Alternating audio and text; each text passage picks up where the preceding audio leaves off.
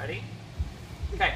Our next lifting cycle, we are going to be doing either a 7 rep, 5 rep, or 3 rep maxes, I guess, for different lifts. So we're going to be focusing on, I think, 10 different lifts. And some of them, like squats, back squat, front squat, deadlift, you'll hit 3 times a month. Other ones, like snatching, cleaning, is only 1 or 2 times a month. The goal for that day is to work up to as heavy as you can for whatever the rep scheme is.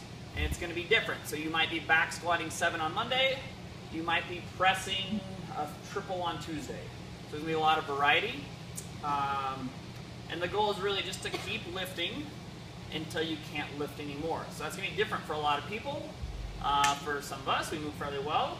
Like, you're really going to be able to push it and find what you can do. For some people, like front squat, they can't do very well. They're going to move until the front squat looks like garbage, and then they're going to stop. So there's going to be a 20-minute or 25-minute time cap depending on the lift. And if you get done early, so let's say you hit your number early, then you're going to do drop sets at a percentage of whatever you hit last. So let's say I worked up to a set of 5 to 100 pounds, and that's as much as I could do, and there's still 10 minutes left, and I'm going to drop down to 85 or 90 pounds and just work on technique and get more volume. How many reps are they doing? The same rep, whatever the rep scheme is for that day. Okay.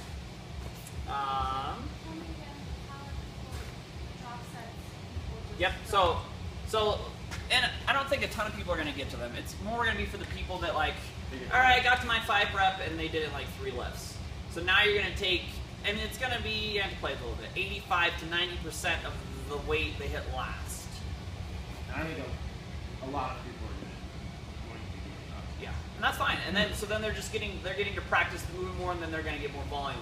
Where some of you guys, you're going to get a chance to, like, really, really push it. And it's not maybe our typical like 5 sets of 5 where you stay the same weight. It's more like, all right, 100 pounds got heavy. Now I'm going to do 105 and then 110. I'm just going to keep going until I can't go anymore. So Thad and I were kind of talking. If we're doing a 5 rep, you're actually might be finding really what's your 4 rep that day because you're almost going to the point of failure. So that means we'll definitely need spotters on a lot of the lifts. Okay. On the like cleans and deadlifts, is it touch and go? Yep. And there's notes on all that. No. Yeah, it says no touch and go. On the deadlifts, yes. On the cleans, Right. no. On snatches, no. Okay. Or yeah, other than like if you're going from the hang, you don't have to go to the floor. Right. That's And so back for example, Brittany presses to. Sorry, that was not very nice. Brittany, not right now. Brittany presses to 100 pounds. Impress the PVC right The PVC, like, she Fight presses to 100 pounds and she gets 1 at 105 or something. She would go back down to 90 and maybe press for 5 again there. And if she only gets 4, then maybe she would go to 85 or 80 and press for 5 again there. Or if she hits 90, she would press 5 and then she would try to do 5 again there. Does that make sense? Yeah. To like more Yeah, a little bit. And it's more the idea of just like we get caught up mentally on certain numbers and to not really think about the numbers so much and just kind of like what can you do for that day. And since it's changing, like you're doing a 7 rep here, you might not back squat for a couple weeks. So like you're giving everything for your back squat that day. That's it. Yeah.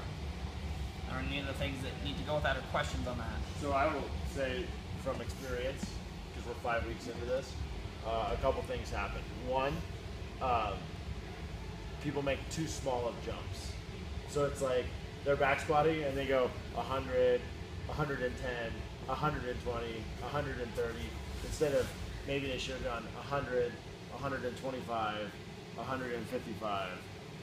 And then when it gets hard, then we start taking those small jumps. Smaller jumps when it gets hard. And so you sort of have to, as a coach, you really have to monitor what's happening.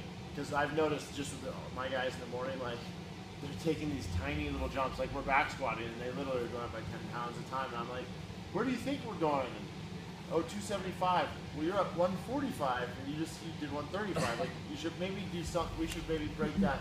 Because really you get, in 20 minutes, you have the opportunity to lift somewhere between 6 and 9 times, depending on how fast you're moving. So we found that you get about 7 good lifts. And so that, your warm-ups have to be included in there somewhere. Yeah, we were talking maybe like 3 to 5 warm-ups depending on the rep scheme. That's gonna be different for Pretty everybody quickly. too. And I even keep it simple. Like if we're doing sets of 3, do sets of 3 on warm-up. And you might be able to take, like your jumps are gonna be different depending on your rep scheme. If you're working on sets of 3 or sets of 7. And I think there's gonna be a little bit of a learning curve for the first couple of weeks, and that's fine. That's part of it. Going with that, we aren't printing out tracking sheets. We talked about a couple things, either just printing out a calendar, just a blank calendar, people can kind of fill in that calendar for the lifts. I'm really encouraging people to go beyond and like start using a journal again, just like I bought a bunch of spiral notebooks, $1 ones, and not only writing down our lifting numbers, but kind of tracking our conditioning again too, because we lift weights there, and then we can kind of look back and do a better job of helping people so we're not. I've been cleaning 95 pounds for the last 3 years in my workouts. Yeah. I have a quick question Yep. about the people that are going to hit a point where their form fails, but they think, and they do still try to go heavy. You have to heavier. tell them no. Just tell Like them. you have You're to the tell them boss. stop. Like the goal is, and You're the that's boss. part of it. Like each time you're lifting until either you can't lift anymore, or if your form breaks down. And it's the same thing. When your form breaks down, you can't lift anymore. Now you need to. You need more practice, and that's the idea of the drop sets. You're gonna get a lot of practice on front squat, which is good. Like a lot of people need that. And that's the part that you really need to sell, is the part that like even like Brian Gary front squatting wise, he got pretty heavy last week, and he did drop sets and it destroyed him. I mean, he got, and I think that people want that. They think, oh, I've got to go heavy to get that destruction or whatever it is. But they just need to move well, and yeah, I think you just need to be very frank with people. Like that was terrible. You need to just go down. And I Please don't- never I- squat like that I again. should get some training on that fellowship. Well, I that can do you're- it, but some people don't listen. Becky's got a couple more. Or anyone else. That's what you call fat. Start dropping F-bombs.